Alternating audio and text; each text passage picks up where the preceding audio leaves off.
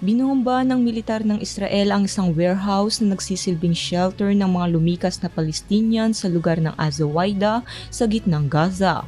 Bunsod nito, 15 miyembro ng isang Palestinian family ang nasawi. Kabilang dito ang patriarch ng pamilya na si Sami, kasama ang kanyang asawa, ina at lahat ng kanyang mga anak. Naganap ang pag-atake matapos tapusin ng mga international mediator na binubuo ng Estados Unidos, Qatar at Egypt ang ceasefire talks sa Doha, Qatar. Layunin ng mga pag-uusap na wakasan ang digmaan at ang magkaroon ng pagpapalaya ng mga Israeli captive sa Gaza kapalit ng mga Palestinian na nakakulong sa Israel.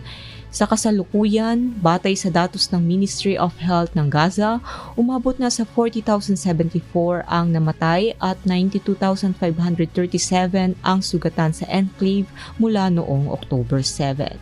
Era Angeles, humahataw sa balita ngayon.